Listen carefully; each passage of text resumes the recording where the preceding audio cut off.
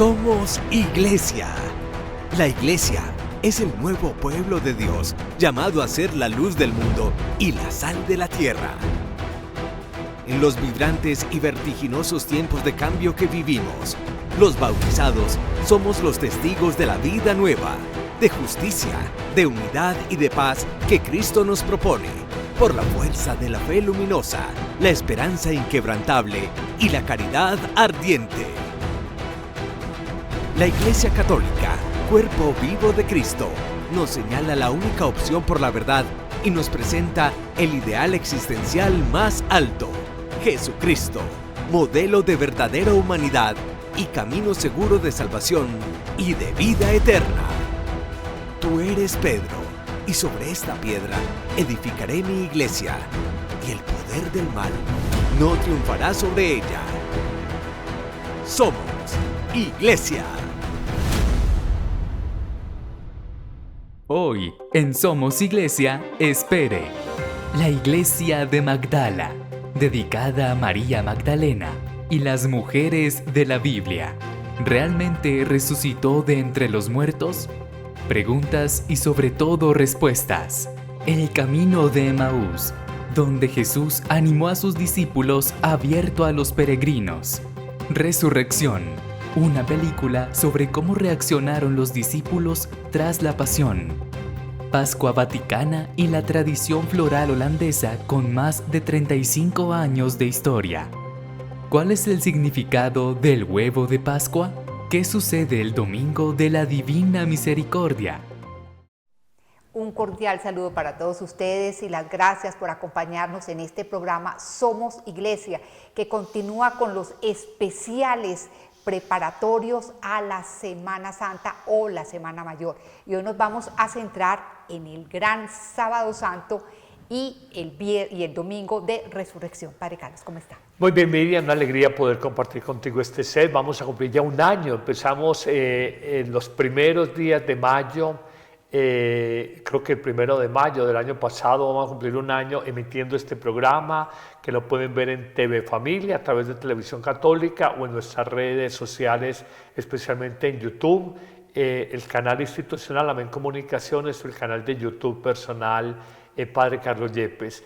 Venimos desde la semana pasada y ya estamos a puertas. Pasado mañana es Domingo de Ramos y venimos haciendo una serie de especiales preparatorios a vivir la Semana Santa. El primer especial fue sobre el Domingo de Ramos, el segundo sobre el Jueves Santo, el tercero sobre el Viernes Santo y este sobre la gran vigilia de Pascua que abre el gran Domingo de Resurrección, la vigilia que celebramos justo al caer la noche del Sábado Santo y cierra lo que es este triduo 3 días, que es una gran celebración vivida en 3 momentos, en 3 jornadas, jueves, viernes y sábado. Padre Carlos, acá en Montemaría se va a vivir un gran retiro de Semana Santa, ¿no? Lo tenemos, el cupo está lleno desde hace 20 días, la casa está full. Vamos a tener el retiro de Semana Santa, lo empezamos el próximo Jueves Santo, 17 de abril en las horas de la mañana, y lo concluiremos el Domingo de Resurrección. Pero aprovechamos para invitarlos, vamos a hacer una fiesta grande el día de la Divina Misericordia, que es el domingo siguiente al domingo de Pascua, va a caer el 27 de abril, atención a esto, de pasado mañana en 15 días, tendremos el gran domingo de la Divina Misericordia y como decía la mística Faustina Kowalska, vendrá lluvia de bendiciones para todos aquellos que invoquen, que clamen la divina misericordia del Señor para sus vidas y para las vidas de sus seres queridos. Tendremos una celebración especial. Al final del programa vamos a dejar los teléfonos donde nos pueden ubicar, los teléfonos de Montemaría, y pueden pedir información sobre el gran día de la Divina Misericordia, el gran domingo que vamos a tener este 27 de abril. Padre, ¿qué significa para usted el Sábado Santo? El sábado es un tiempo en el día de silencio, de reflexión. Acabamos de vivir la muerte de Jesús el Viernes Santo. Acompañamos a María en su dolor. De hecho, la piedad popular sobre el final de la tarde hace la llamada procesión de soledad, acompañando a la Virgen en su dolor. Pero en el fondo todo es como el silencio de la tumba, esperando que emerja una explosión de vida nueva y vendrá entonces lo que es la síntesis de la fe cristiana, como dirá Pablo: si Cristo no resucita, en lo que celebramos en la vigilia pascual, nuestra fe sería vana, vacía, y seríamos los hombres más desgraciados, más desdichados sobre esta tierra. Toda la fe cristiana de 2000 años se sintetiza en un hecho puntual: Cristo ha sido resucitado por el Padre Dios. La muerte en Cristo ya no tiene poder y no debe tener poder sobre ninguno de nosotros. Este cuerpo morirá, pero el alma espiritual de cada uno está llamada a la eternidad. Bueno, el sábado se recuerda, como dice el Padre Carlos, de una manera muy especial a la Santísima Virgen María y el profundo sufrimiento por el cual pasó al ver a su hijo crucificado. Pero también se recuerda a muchas mujeres que estuvieron ahí al lado del Señor en ese momento doloroso de la crucifixión. Hay una iglesia en especial que recuerda a estas mujeres. Vean ustedes. Este es el pueblo natal de María Magdalena. Está en Galilea, donde Cristo predicó durante los 3 últimos años de su vida y donde además obró varios milagros. En este complejo, el Magdala Center, además de la famosa sinagoga donde se cree que pudo haber estado el mismo Jesús, los legionarios de Cristo han construido una iglesia muy especial en honor a todas aquellas mujeres que siguieron las huellas del Salvador por estos parajes. Y dentro de la predicación de Jesús es muy importante la predicación, la labor, el rol de la mujer dentro de la predicación de Jesús. Hemos querido dedicar entonces este atrio a las mujeres. Hay un grupo de mujeres que sabemos por los evangelios que acompañan a Jesús en su predicación, y está dedicado a esas mujeres. Y hay una columna que está en blanco, que no está dedicada a nadie, porque queremos que cada mujer que viene aquí se sienta que está dedicada a ella. Ella es una de las columnas que está haciendo esa base para esta iglesia. No podía faltar entre estos pilares el dedicado a María Magdalena, la apóstol de los apóstoles, la primera en anunciar la resurrección de Cristo. A ella también está dedicada esta capilla cuyo mosaico narra su primer encuentro con Jesús, un momento decisivo que cambia para siempre la vida de María Magdalena. Otra de las capillas evoca la resurrección de la hija de Jairo. El Evangelio narra que Cristo asegura a sus padres que la niña solo está dormida.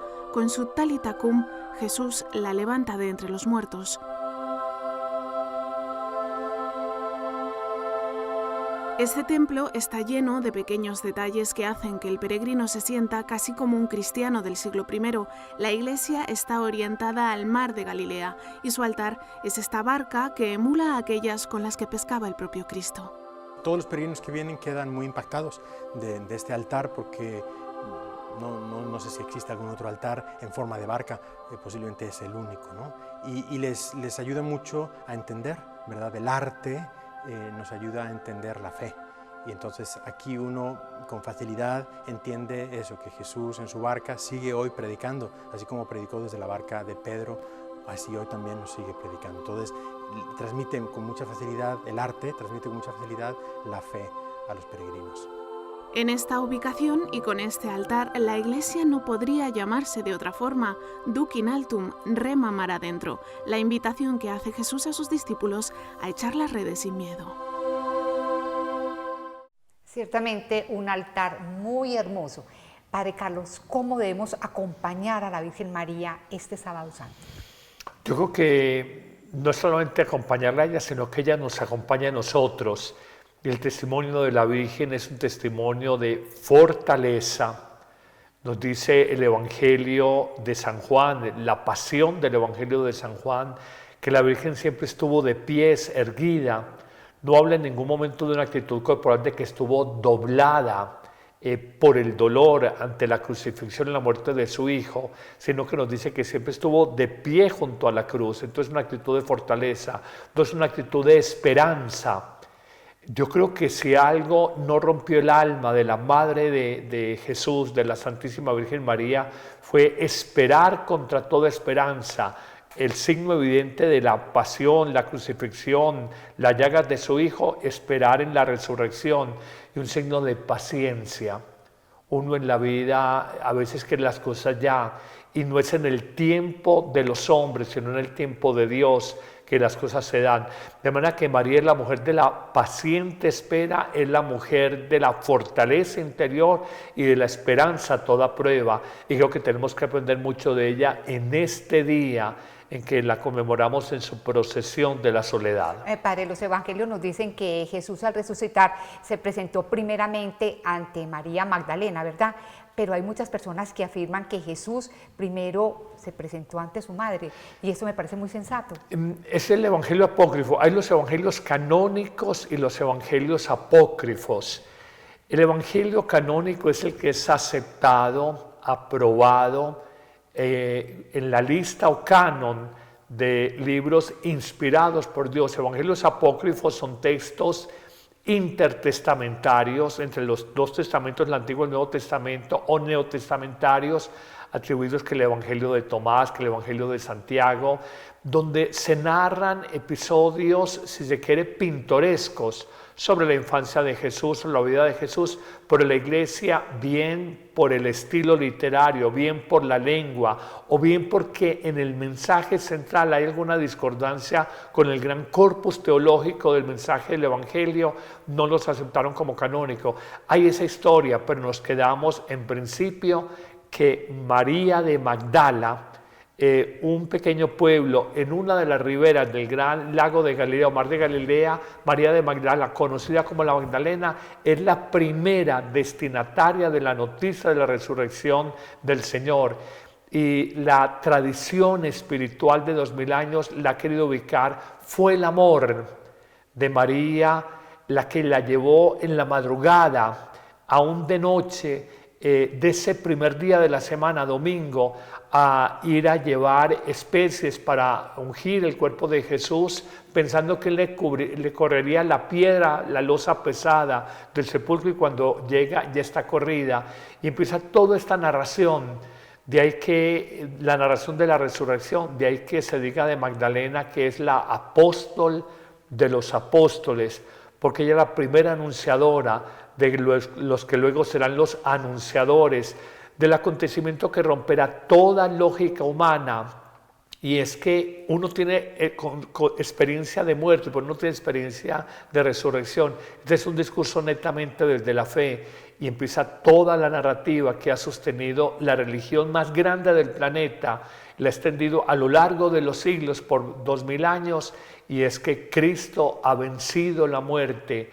La vida ha triunfado sobre el mayor mal de esta tierra, que no es la pobreza, no es la enfermedad, no es la soledad, no es la violencia. El mayor mal de esta tierra es la muerte, y Cristo con su resurrección ha vencido la muerte. Bueno, Padre Carlos, para muchas personas, pasado el Viernes Santo, ya se les acabó la Semana Santa y ignoran que el sábado en la noche se vive el acontecimiento más grande para la Iglesia, que es la celebración de la resurrección del Señor, la gran vigilia pascual. ¿No es así? La fiesta más importante. La madre de todas las vigilias, la madre de todas las celebraciones. Se habla de vigilia porque normalmente se hacía toda la noche, y el pueblo creyente, la comunidad cristiana, en vigilia, vigilante espera y despiertos, esperaban la alborada de un nuevo día. Hoy, por motivos pastorales, la vigilia no dura hasta el amanecer. Habrán algunos casos, movimientos como el neocatecumenado tiene una vigilia hasta el amanecer, pero muchos son vigilias de 2-3 horas la celebración. Fundamentalmente, ¿qué consiste? Toda Eucaristía tiene dos partes, la liturgia de la palabra y la liturgia de la Eucaristía.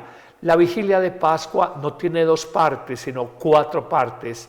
La primera, liturgia de la luz o liturgia del fuego, que es la preparación, signación y bendición del cirio, por excelencia, presencia de Cristo resucitado, la entonación solemne del pregón de Pascual, y luego toda la liturgia de la palabra, lectura del Antiguo Testamento, siempre leyéndose Éxodo 14, que es la historia de la Pascua judía, la liberación de Egipto, y lecturas de los profetas, y luego se concluye con una epístola de Pablo a los romanos sobre la resurrección y un evangelio de la resurrección. Entonces tiene la primera parte, liturgia del fuego de la luz, la segunda, liturgia de la palabra, la tercera, liturgia bautismal, se pueden bautizar niños o adultos en esta celebración, y si no se bautizan y simplemente la liturgia del agua, se bendice el agua y se asperja el pueblo de Dios y se deja una fuente para que la gente tome el agua especialmente bendecida en este día, y finalmente la liturgia eucarística. Solamente hay dos partes nuevas frente a cualquier Eucaristía, la liturgia del fuego y la liturgia del agua o bautismal. Y se apagan las luces durante toda la proclamación de las lecturas hasta que se entona solemnemente el Gloria, indicando que el hombre pasa de la oscuridad a la luz, de la noche al día, de la muerte a la vida.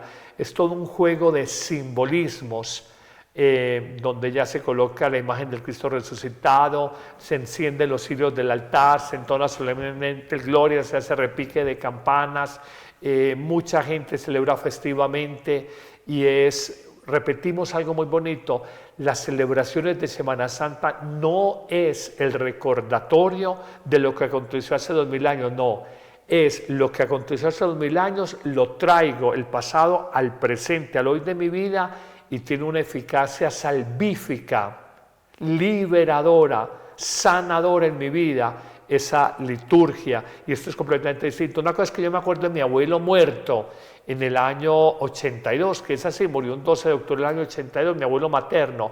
Otra cosa es que Cristo, que murió y resucitó hace 2000 años, no viajemos del presente al pasado, sino del pasado al presente, y salvíficamente obre en nosotros por la acción de la liturgia oficial de la Iglesia. Padre Carlos, hoy en el mundo hay muchas personas que dudan de la resurrección del Señor, incluso algunos que se dicen católicos. Veamos la siguiente nota donde se nos explica realmente qué pasó. Hace más de 2000 años un hombre de Galilea fue asesinado, pero a los 3 días la noticia de su presunta resurrección alteró a todo el pueblo. De ser así, este suceso probaría que lo que este hombre decía de sí mismo era cierto, que era el Hijo de Dios, el Mesías esperado por el pueblo judío.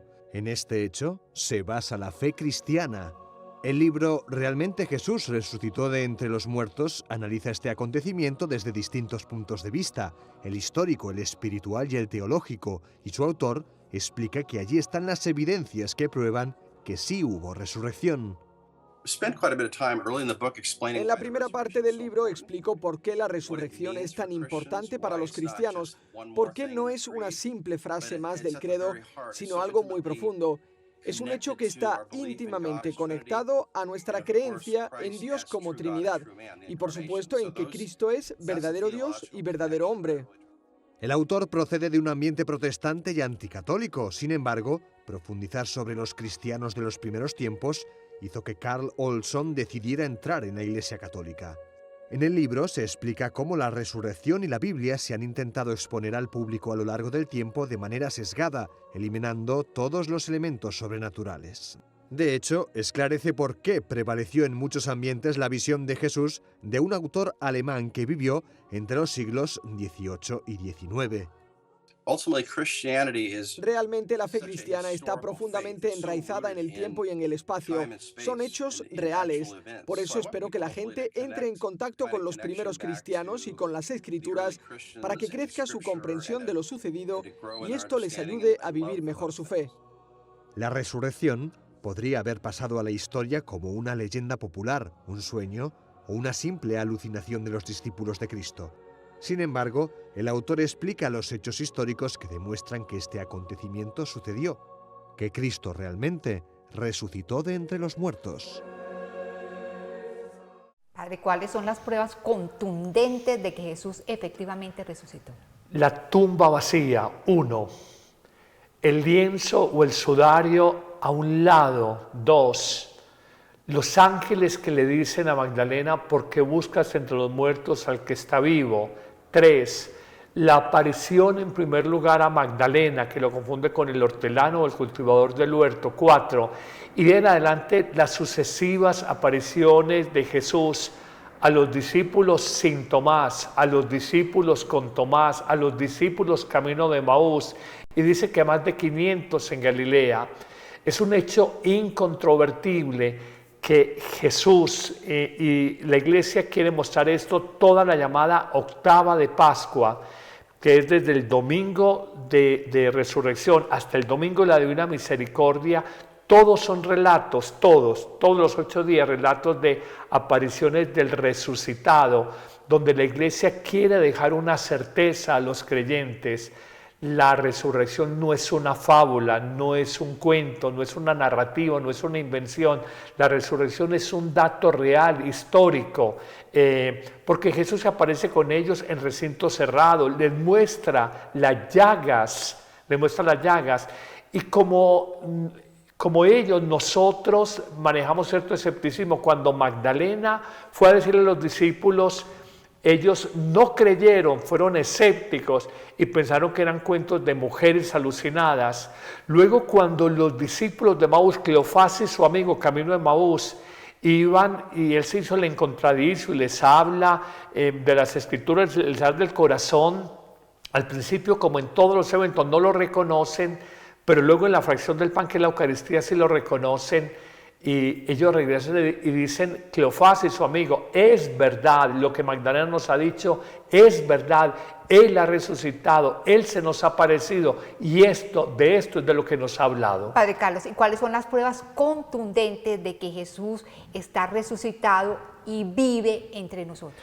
Pablo, en un texto que me ha parecido siempre inmenso, espectacular, Pablo nunca conoció a Jesús.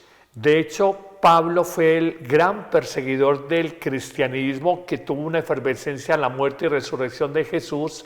Recuérdese que él estaba en la lapidación, el apedreamiento de Esteban, el primer mártir de la iglesia, San Esteban protomártir. Dicen que todos dejaron las túnicas al lado de un joven Saulo. Él, por ser menor de edad, no podía hacer justicia por sí mismo. Entonces se moría de las ganas de haber querido apedrear a Esteban, pero no lo podía hacer. Entonces Pablo no conoce de manera presencial y personal a Jesús. Él solamente persiguiendo cristianos en Damasco, camino de Damasco, viene este célebre encuentro que es revelación, elección y conversión de él, que está detallado en Hechos de los Apóstoles capítulo 9, Hechos de los Apóstoles capítulo 22 y Hechos de los Apóstoles capítulo 26. Él dice, se me apareció a mí como un aborto, como el último de los apóstoles, y esa experiencia se da es por la fe. Y él tiene una experiencia muy linda.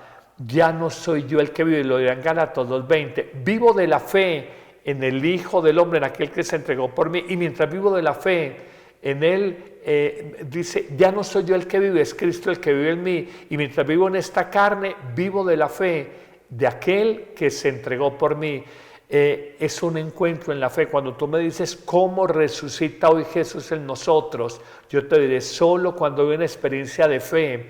Hay un ver a Jesús en la fe, un oír a Jesús en la fe, un tocar a Jesús en la fe y un experimentar a Jesús en la fe, sentir la paz de Cristo resucitado, sentir la alegría de Cristo resucitado, sentir la libertad interior de Cristo resucitado, sentir la fortaleza espiritual de Cristo resucitado, sentir la esperanza de Cristo resucitado. Es una experiencia profunda que el mundo tecnológico, el mundo digital, el mundo de la inteligencia artificial difícilmente va a poder digerir. La fe es algo distinto, que lo entendieron muy bien los místicos. Juan de la Cruz decía, donde termina la razón, comienza la fe. El hombre conoce racionalmente, pero el hombre también conoce por la fe. Para el hecho de que la iglesia no se haya extinguido, sino que por el contrario esté creciendo todos los años, cada día más y más, el hecho de que hayan tantas personas de que dejan todo por seguir al Señor, son pruebas contundentes de su acción en el mundo. Te lo digo en una sola palabra, si la narrativa sobre Jesucristo hubiera sido mentira, una mentira no se sostiene por 2000 años. Una mentira no se sostiene por 2000 años. Cuando la iglesia en su caminar, pecadores, si tú te pones a Netflix, los Borgia y todo eso, porque les encanta hacer morbo, pero la iglesia está llena de santos, mártires, cristianos que han vivido con heroísmo su fe. Esto no es psicologismo, esto no es sociología, esto no es solamente antropología, esto no es solamente arqueología, esto es una experiencia profunda que el hombre desde su racionalidad de las ciencias humanas, de las ciencias exactas, de las ciencias naturales, no alcanza a captar. Una mujer conoce por la intuición, una mujer le dice al marido, ve, ese amigo tuyo no me gusta. Y le dice, ¿pero por qué? No sé, pero no me gusta, pero es que vos no me das razón. Y dijo, no sé, pero hay algo que no me gusta. La mujer es intuitiva, luego sabe que el amigo le tenía envidia. La mujer conoce por intuición, todos conocemos por experiencia. Cuando no existían universidades, uno iba experimentando y por experiencia. Hoy se conoce también racionalmente y se conoce por la fe. Y ese racionalismo del siglo del iluminismo, siglo XVII, XVIII, nos dejó como una sospecha frente a lo religioso y le han hecho un gran mal a la humanidad porque nos castran, nos mutilan, nos anulan esa dimensión espiritual en la vida del ser humano. Uno sin una dimensión espiritual es pura biología o pura sociología o puras relaciones, no sé, hormonales. No, esa dimensión trascendente la necesitamos y eso solo se entiende por la fe. La fe nos lleva a ver a Jesús, a escuchar a Jesús, a sentir a Jesús y trasciende cualquier psicologismo, psicología profunda, psicología conductista, no sé qué. Todas esas escuelas las trasciende.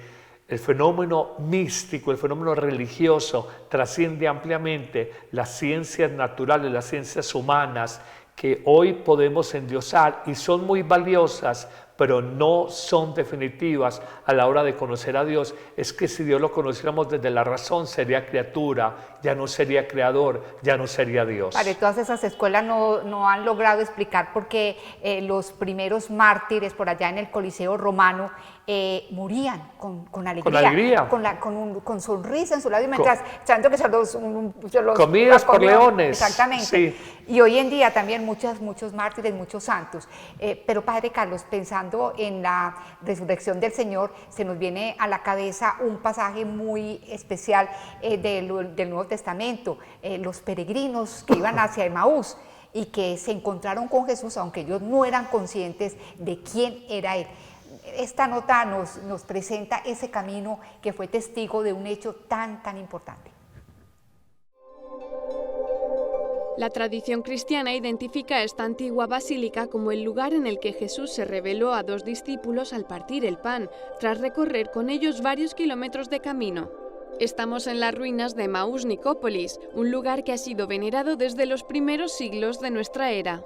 Los evangelios aseguran que en el tramo entre Jerusalén y este lugar Jesús se apareció para confortar a dos discípulos que abandonaban la ciudad santa defraudados tras la crucifixión.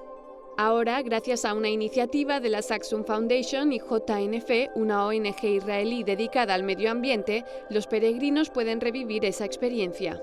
Lo que hemos hecho es marcar el camino con una serie de mojones cada 200 metros, un camino que en parte ya existía, porque otra vez estamos hablando de un camino que tiene 2000 años, era una vía romana antigua que comunicaba Jerusalén con Yafo, con lo que era entonces el puerto. La senda recorre un bosque mediterráneo, donde se encuentran diversos yacimientos arqueológicos explicados a través de paneles indicativos. En total son 18 kilómetros, accesibles para todo tipo de públicos en unas 4 horas de paseo. Es un camino relativamente fácil, es bajada, estamos ahora mismo a unos 800 metros sobre el nivel del mar y llegamos a unos 200 metros. Aún así hay alguna rampa de subida, pero es un camino muy fácil para todos los públicos yo diría, de 5 a 80 años. Se puede hacer, lo importante es hacerlo a una hora del día que no haga mucho calor. El final del camino tiene premio. Las ruinas de esta basílica testimonian una devoción secular que hoy custodia la comunidad de las Bienaventuranzas. En la época bizantina, aquí había una ciudad llamada Nicópolis y aquí se construyó una iglesia enorme. De hecho, era una catedral porque esto era un obispado. En esta iglesia había también un baptisterio, es una prueba de que aquí vivía un obispo. También hay restos de tumbas judías de la época de Jesús. Un lugar lleno de historia al que ahora los peregrinos pueden llegar también a pie, siguiendo las huellas de caminos milenarios.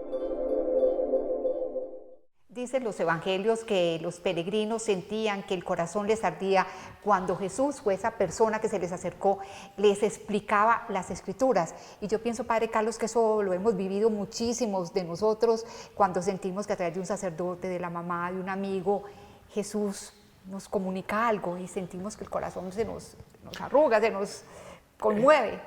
La palabra, el Evangelio nos dice, no solo de pan vive el hombre, sino de toda palabra que sale de la boca de Dios. Y Jesús nos ha dejado en la iglesia dos tesoros, el pan de la palabra, la mesa de la palabra, y el pan de la Eucaristía, la mesa eucarística. En Emaús, que es una catequesis historizada, está todo el tránsito, el paso del hombre desanimado, incrédulo, escéptico, que no siente vivo a Jesús en su corazón, al hombre que por la palabra y por la Eucaristía, como le llamaban ellos la fracción del pan, Jesús se les abre los ojos. Cuando parten el pan, lo reconocen, ya él desaparece, ya no tiene que estar con ellos porque ya queda sacramentalmente en el pan. Entonces, de aquí nace un movimiento bellísimo, el movimiento de Emaús, que está extendido por el mundo entero y nos muestra a nosotros, tal vez de las más bellas apariciones de Jesús y de las más grandes pedagogías que podemos sacar en catequesis pascuales, porque en el fondo nos está hablando de ese tránsito, ese paso, ese trasegar de un hombre no creyente, escéptico, desanimado, triste, desesperanzado, a un hombre fogoso, lleno de alegría. Recordemos que el diálogo empieza de esta manera. Jesús se hace el encontradizo con ellos y les dice que venían hablando por el camino y ellos le dicen, pero oye, tú eres el único que en la ciudad de Jerusalén no sabes lo que ha pasado este fin de semana. Era domingo, el primer día de la semana para los judíos, el viernes había muerto Jesús y ellos desesperanzados, desanimados, abatidos, apabullados, regresaban a su pueblito Emaús, que está distante, si no mal recuerdo, 60 estadios, la medida que ellos utilizan distante de Jerusalén. Y dice que cuando él se hace el encontradizo y les habla de las Escrituras, que todo el padecimiento de Jesús estaba profetizado y estaba explicado en el mensaje del Antiguo Testamento en los profetas. Dice que les arde el corazón y en la fracción del pan se les abren los ojos y lo reconocen. Y dice, mientras caminaban lenta y pesadamente, alejándose del centro de la fe de Jerusalén, luego regresan apresuradamente, emocionadamente, alegremente, podríamos decir, a Jerusalén a ratificarle a los apóstoles. Es verdad, no es una fábula, Cristo ha resucitado. Padre, ¿usted recuerda particularmente alguna vez en que usted haya sentido que el corazón así se le quería explotar después de escuchar una palabra? Hay muchos textos, depende mucho como del estado espiritual en que uno esté. Si hay apertura del corazón, hay muchos textos donde uno dice, Dios me habla. En los años en que estuve suspendido canónicamente, los salmos para mí eran un alimento que era manjar de dioses. Uno aprende en momentos de turbación a vivir de las promesas de Dios y a sentir que esa palabra de Dios es promesa salvadora, promesa de esperanza, promesa de reivindicación y de que el mal, la mentira no va a triunfar, que al final va a triunfar la verdad y el bien, por más que veamos negros nubarrones en el firmamento de nuestra vida. Bueno, ¿qué sentirían los apóstoles cuando reciben la noticia de que el Señor resucitó? Hay una película que trata por lo menos de describir qué pasó.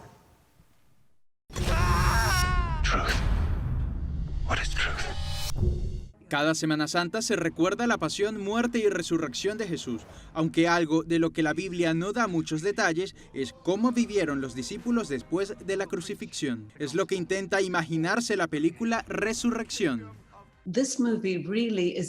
Esta película es diferente a cualquier otra que se haya hecho sobre este tema porque comienza en la crucifixión. A partir de ahí se desarrolla esta historia sobre el miedo, terror, confusión y el caos que vivieron los discípulos. Esta película sigue sus pasos.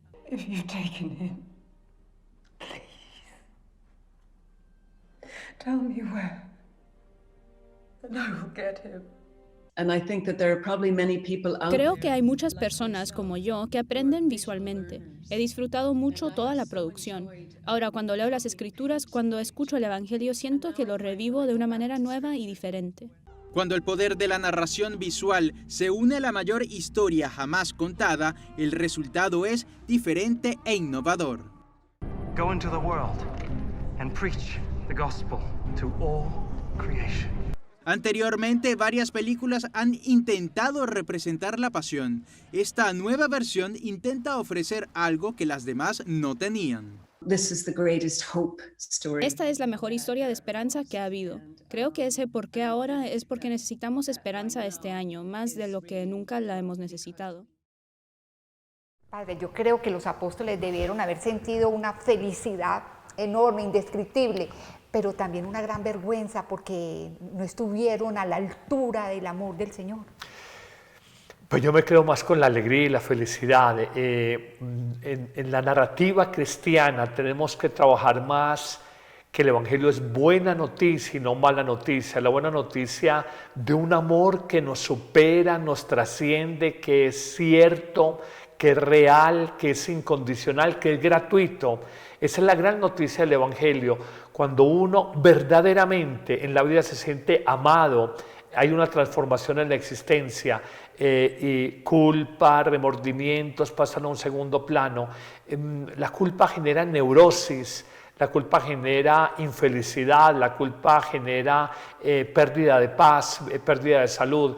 De manera que yo me quedo más con el gozo de ellos y el fuego, la parresía, porque la iglesia, el acta fundacional, está como en dos momentos de la iglesia. Del costado abierto de Cristo empieza a brotar la iglesia y el parto pleno está en Pentecostés, que es como el acta fundacional de la iglesia, y los discípulos con gran parresía, con gran libertad, con gran coraje, van a anunciar la vida nueva que Jesús les comunica, y todos mueren mártires, todos, excepto el joven Juan. Todo ese muere de viejo, todos los demás mueren mártires irradiando el Evangelio en el Asia Menor, en el Asia más lejana, en Europa, en España, en África. Es la ley del Evangelio. Inclusive algunos tuvieron una muerte demasiado cruel. Por ejemplo, Felipe, tengo entendido, que despellejado vivo, ¿no? Sí, ya en esto entran un poco ajustar lo de la muerte de los apóstoles, perdón que me fue por el camino viejo, la saliva. Toca ajustar el tema de los evangelios apócrifos, pero sí hay un dato incontrastable: todos mueren mártires y alegres por anunciar el nombre de Jesús, no tristes, no amargados. Vuelvo a decir esto: qué fuerza espiritual hay en un ser humano, qué transformación ontológica hay en su ser que lo lleva a dar la vida, literalmente a derramar su sangre por anunciar el nombre de alguien que el mundo considera maldito. Y en esa época también, recuerden Hechos de los Apóstoles, capítulo 5, cuando pensaron que matando a Jesús acababa el peligro para el judaísmo, ven que la gente empieza a hablar de él, empiezan a aparecerse, y los discípulos en Jerusalén a hablar de él, y dicen las autoridades religiosas: les hemos prohibido enseñar el nombre de ese. Le generaba tal temor y tal vez tal desprecio que ni quería decir el nombre de Jesús, el nombre de ese, como esa cosa, o tal vez no querían mencionar su nombre porque lo consideraban un nombre con poder. Y Pedro dará una respuesta magistral: hay que obedecer a Dios antes que a los hombres.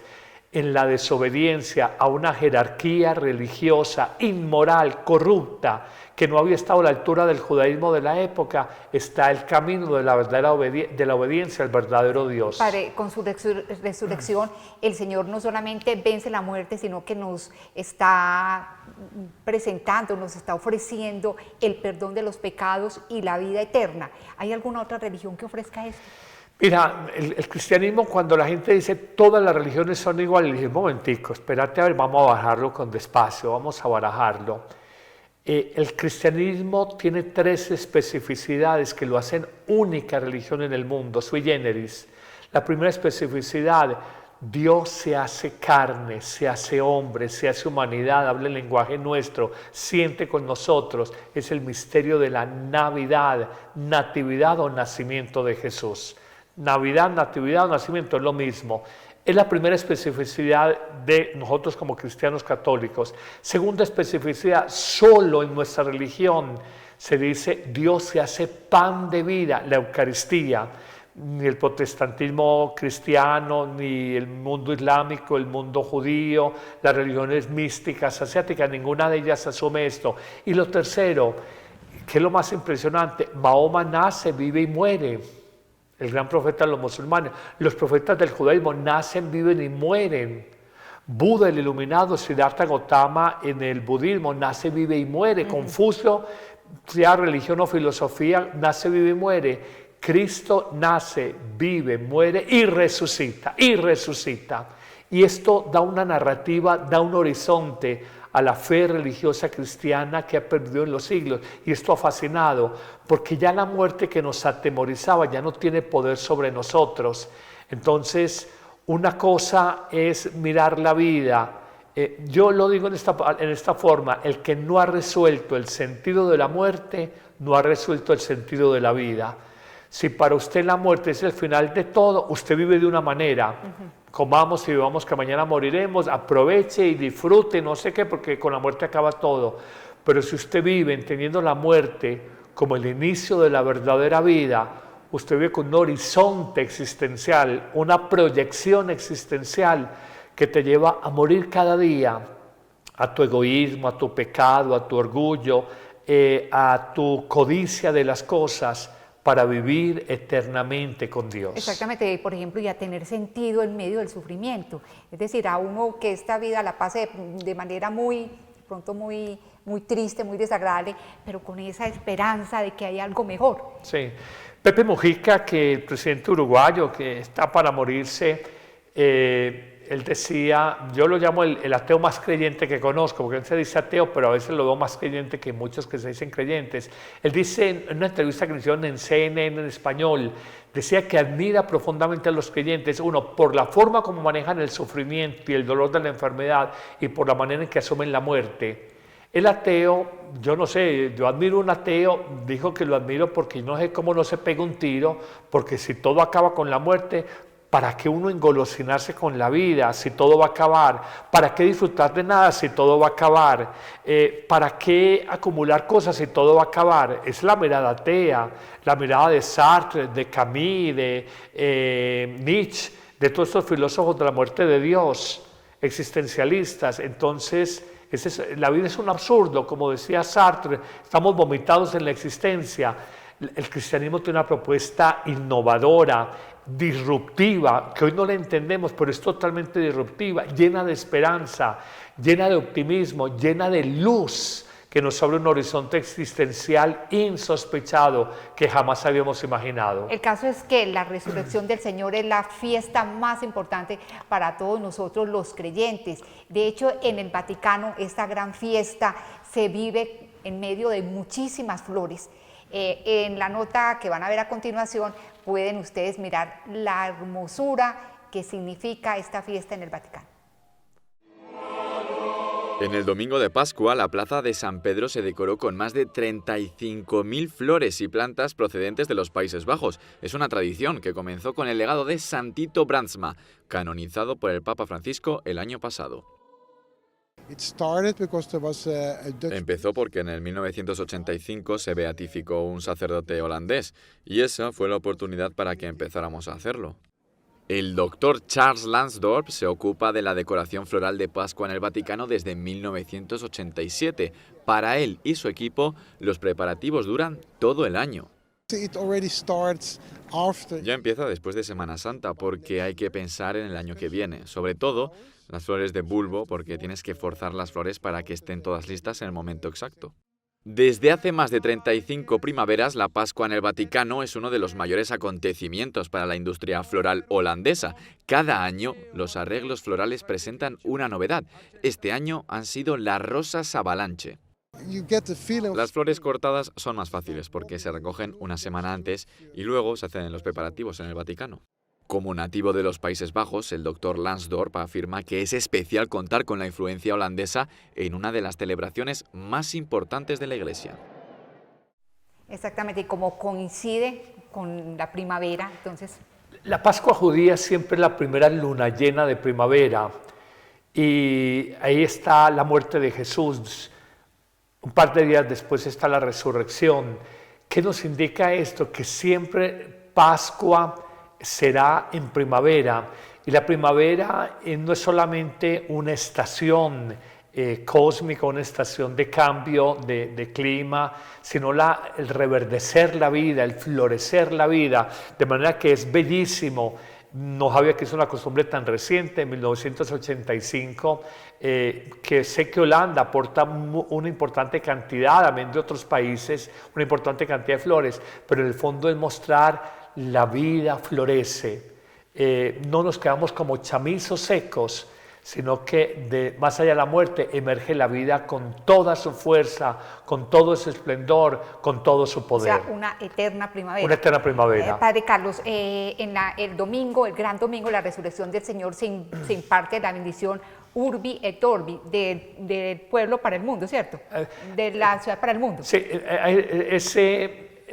la gran celebración de Pascua tiene eco por 8 días, lo que llama la octava de Pascua. Tanto Navidad, que es la fiesta de la vida, el nacimiento de la vida natural, como la resurrección, el nacimiento de la vida sobrenatural. Todo el año litúrgico católico está construido alrededor de estas dos fiestas. La fiesta de Navidad, que la prepara el Adviento, la fiesta de la Pascua, que la prepara la Cuaresma, y se celebra luego en Pascua, y ambas tienen octava, 8 días de resonancia. En el fondo es el mismo día de Navidad extendido 8 días, o el mismo día de Pascua extendido por 8 jornadas. Y en ese día de Navidad, de Pascua, perdón, el gran domingo de Pascua, el Papa da la bendición Urbi et Orbi. Es una expresión latina, dice urbe a la ciudad de Roma, el orbe al mundo, la bendición a la ciudad del mundo. Entonces él saluda al mundo entero, comenta un poco los situación internacional que hay y da la bendición general a todos, que se recibe con mucha fe. De hecho, la misa del domingo es muy austera en la homilía, porque esperan el gran discurso, la gran reflexión del Papa después de que ha terminado la misa de Pascua, y ya de manera independiente da la bendición a la ciudad y al mundo, a la ciudad de Roma y al mundo. Este año esperan que la salud del Papa lo acompañe para que pueda dar esta bendición. Padre Carlos, alguien me preguntaba qué relación hay entre los huevos de Pascua y lo de la resurrección del Señor. Y yo en mi ignorancia dije que ninguna, pues estaba equivocada. El huevo de Pascua parece una tradición comercial, pero en realidad hunde sus raíces en la primera Pascua. Easter egg has a lot of historical symbolism. El huevo de Pascua tiene mucho simbolismo histórico. Está relacionado con la fertilidad, la nueva vida y también con la resurrección. Fue una tradición muy antigua en la Iglesia. Está presente en toda la Iglesia porque es un símbolo de la resurrección. Es por eso que cuando pensamos en ellos pensamos en el domingo de resurrección. Se dice que esta costumbre viene de un milagro que sucedió a María Magdalena, aunque la historia real no es clara. La historia dice que cuando intentó explicar a Tiberio, el emperador, que Cristo había resucitado, este no le creyó. Le dijo que creía tanto en la resurrección como que el huevo que la santa llevaba en sus manos era rojo. En ese momento, el huevo cambió de color. A partir de ahí comenzaría la tradición de intercambiarse huevos en Pascua para recordar el milagro. Esta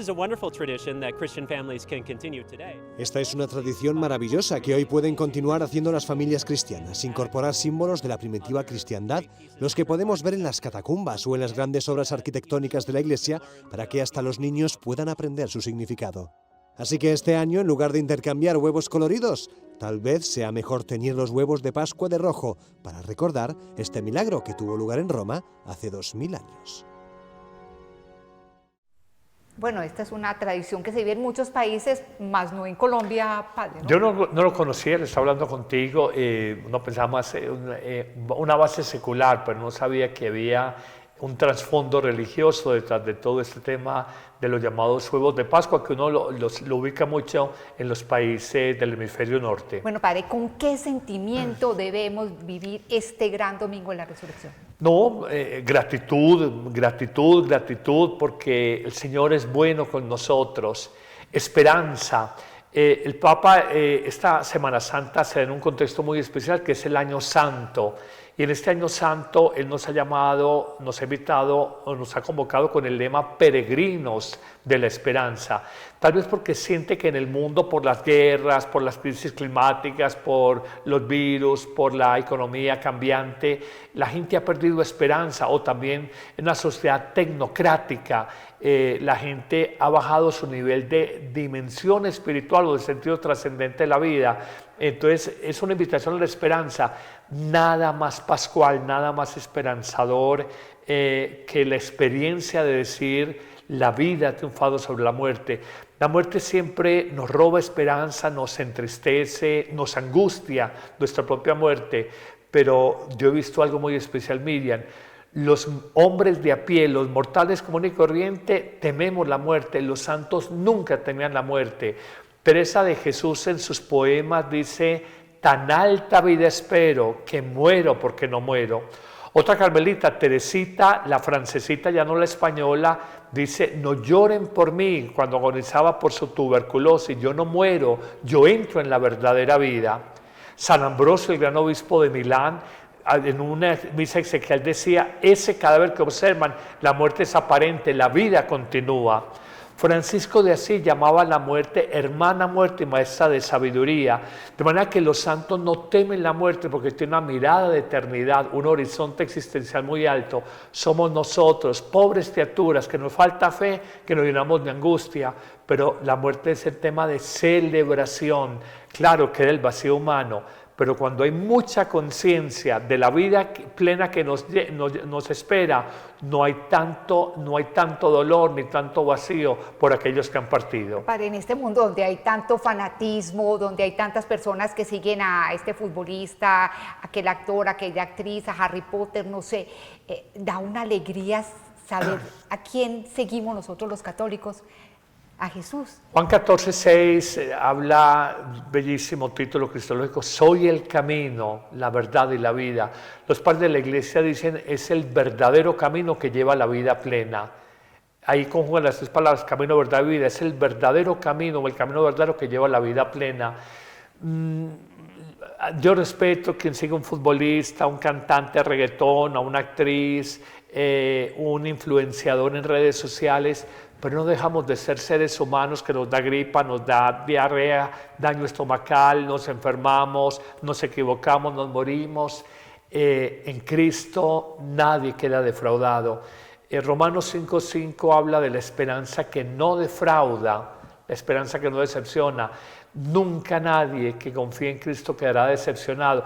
Él se confió al Padre Dios, y aunque permitió que pasara por el fragor de la pasión, la crucifixión y la muerte, al final lo arrebata de la muerte. Como dice obviamente ese texto del credo, bajó a los infiernos y lo levantó, que la gente le preguntó no mucho: padre, ¿qué significa eso? Yo no rezo esa parte del credo que no me gusta. No, atención, cuando se dice que Jesús bajó a los infiernos, en la mentalidad judeocristiana y del cristianismo naciente, el infierno es el lugar de los muertos. Quiere decir que Jesús verdaderamente murió. Y segundo, que verdaderamente vino por todos esos justos que han fallecido a redimirlos, a salvarlos, a llevarlos a la vida plena. No es que haya pasado por el infierno en lugar de los condenados, sino en lugar de los muertos. Verdaderamente murió Cristo y verdaderamente resucita y viene por todos estos justos que han muerto a llevarlos a la vida plena. Exactamente, un Jesús que ofrece tanto por tan poco de parte nuestra. Pero bueno, con la resurrección de Jesús se desborda su amor por el mundo. De hecho, el domingo siguiente al Gran Domingo de Resurrección se celebra el Gran Domingo de la Misericordia Divina. El Domingo de la Divina Misericordia se celebra cada segundo domingo de Pascua. En 1930, la joven monja polaca Santa Faustina Kowalska tuvo una serie de revelaciones donde Jesús le pedía un día dedicado a su misericordia. Juan Pablo II, quien tenía una gran devoción a la Divina Misericordia, canonizó a Santa Faustina el 30 de abril del 2000. Ese mismo día, el Papa decidió que esta celebración tendría lugar el segundo domingo de Pascua. Este es un día de fiesta para los católicos, quienes pueden recibir la indulgencia plenaria tras confesarse y comulgar. En Roma, el Papa Francisco suele celebrar esta festividad en la Iglesia del Espíritu Santo en Sasia. En 2016 viajó a Polonia para celebrarla en el Santuario de la Divina Misericordia. Nunca nos alejemos de Jesús. Abyśmy nigdy nie oddalili się od Jezusa. Aunque pensemos que por nuestros pecados o nuestras faltas somos lo peor. Nawet wtedy, kiedy myślimy, kiedy nam się wydaje, że ze względu na nasze grzechy jesteśmy najgorsi. Así nos prefiere Él. Así su misericordia se derrama. En esta festividad, muchas iglesias alrededor del mundo exponen la imagen de la Divina Misericordia durante esa jornada.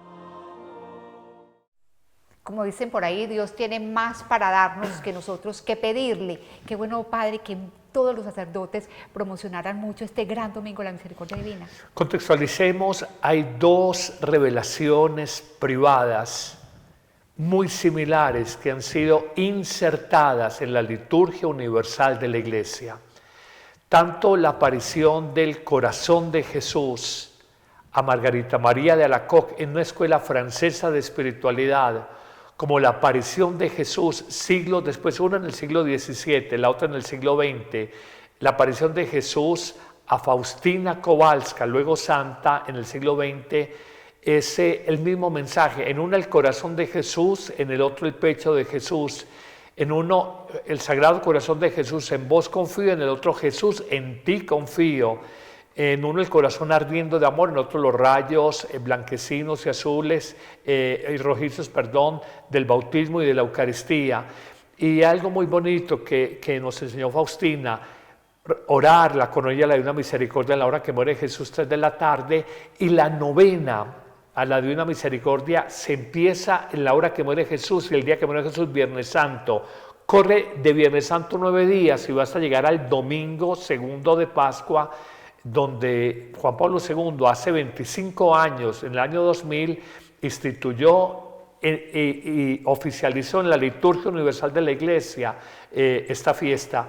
La del corazón de Jesús siempre es el viernes siguiente al domingo del Corpus Christi, la fiesta, el gran viernes del corazón de Jesús y el gran día de la Divina Misericordia, que por la fe y por las revelaciones de Jesús a la mística polaca Santa Faustina Kowalska nos dice: habrá bendiciones abundantes. Reiteramos y los invitamos, ese día tendremos un encuentro abierto para la gente, pueden inscribirse simplemente para llevar un registro de control de los participantes aquí en esta casa, Montemaría. Va a ser domingo 27 de abril, o sea, de hoy en 15 días. De hoy estamos hablando un poquito más de 15 días, 17 días, vamos a tener el gran domingo de la Divina Misericordia, 27 de abril, lo vamos a tener aquí en esta casa de retiros, oración, alabanza, conocer un poco lo que es el don de la Divina Misericordia para este tiempo y cómo el Señor sigue acompañando en la historia, en los mares de la historia, las luchas y las dificultades humanas. O sea, qué maravilloso. El domingo de la misericordia, muchísimas bendiciones. Y este año del jubileo, indulgencia plenaria en muchos lugares del mundo. O sea que no podemos desaprovechar todas estas oportunidades que nos está dando el Señor para prepararnos ya para un camino más rápido hacia la vida eterna. Padre Carlos, hemos concluido estos 4 especiales, un poco larguitos ciertamente, pero yo pienso que de pronto el Señor ha obrado a través de ellos para que mucha gente viva mejor la Semana Santa. Los hemos disfrutado explicándolos y de verdad no piensen en lo largo, piensen simplemente me van a ayudar a prepararme mejor para vivir el Domingo de Ramos, primer especial, Jueves Santo, segundo especial, Viernes Santo, tercer especial y Vigilia de Pascua, cuarto especial. Lo pueden ver, acuérdense que siempre salimos miércoles y viernes en nuestros canales de YouTube, Padre Carlos Yepes, y también Amén Comunicaciones. Bueno, les deseamos que esta Semana Santa sea un encuentro real de cada uno de ustedes con Dios. Eso es lo más importante. Muchísimas gracias, Padre Carlos. Y vamos a tener transmisiones especiales desde el Vaticano en vivo y en directo a partir de pasado mañana, Domingo de Ramos, toda la Semana Santa, y vamos a transmitir también desde esta casa de Retiros Montemaría en vivo y en directo las grandes celebraciones, la misa de la Cena del Señor, el lavatorio de los pies, la Pasión del Señor el Viernes Santo, la Vigilia de Pascua y la gran Eucaristía de Resurrección el domingo 20 de abril va a ser. Y muy invitados entonces a la fiesta de la Divina Misericordia aquí en esta casa. Vivámoslo con fe, muy invitados todos, suscríbanse al canal para que difundan este programa y compártanlo con sus familiares y amigos, una buena manera de prepararnos a vivir los días santos. Bueno, solo resta agradecerles por habernos acompañado y también el agradecimiento para Amén Comunicaciones y Ron Report. Hasta un próximo programa, que estén muy bien. El Señor los bendiga a todos.